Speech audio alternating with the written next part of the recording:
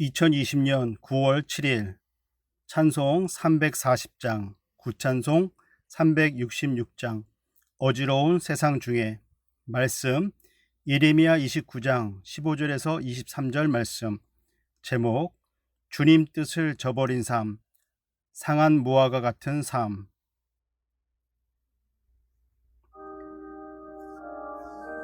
거짓 선지자들은 처음에는 바벨론의 포로로 잡혀가는 것이 하나님의 뜻이 아니다라고 전하다가 포로로 잡혀간 후에는 곧 하나님께서 회복시켜 주신다고 전했습니다. 듣기 좋은 말, 소망의 말입니다. 그런데 무엇이 문제일까요? 거짓 선지자들의 말을 듣게 되면 포로가 되는 것이 백성들의 죄 때문이 아니기 때문에 하나님께 죄를 회개할 기회를 잃어버리게 됩니다. 동성애가 죄가 아니라 할 때 동성애를 하는 사람은 죄에 회개하지 않게 되는 것처럼 말입니다.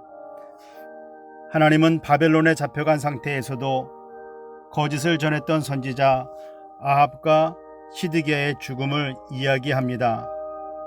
또한 예레미야의 예언에 불순종하여 바벨론의 포로로 따라가지 않고 이스라엘에 남아있던 백성들이 있었습니다. 포로로 잡혀가지 않았으니 다행일까요? 하나님은 그 땅에 칼과 기근과 전염병을 보내겠다고 말씀하셨습니다. 참을 참이라 말하고 거짓을 거짓이라 말해야 합니다.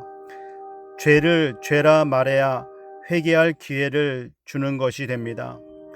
혹 사람들은 듣고 싶지 않고 거부하고 거절할지라도 그렇게 해야 합니다. 입에서도 약을 먹여 주어야 하고 또 먹어야 합니다. 결론적으로 보니 바벨론 포로로 잡혀간 백성들이 포로로 잡혀가지 않은 백성들보다 형편이 더 좋습니다. 왜 그럴까요? 죄를 지었지만 하나님의 말씀에 순종했기 때문입니다. 소망은 죄를 짓지 않는 것이 아닙니다. 그것은 불가능하기 때문입니다. 소망은 하나님의 징계가 있을 때 회개하는 것입니다.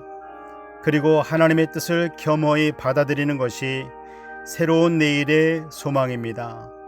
기도하겠습니다. 사랑의 하나님, 우리는 연약합니다. 그래서 죄를 지을 수밖에 없습니다. 그러나 예수님의 십자가, 그 용서의 십자가를 바라봅니다.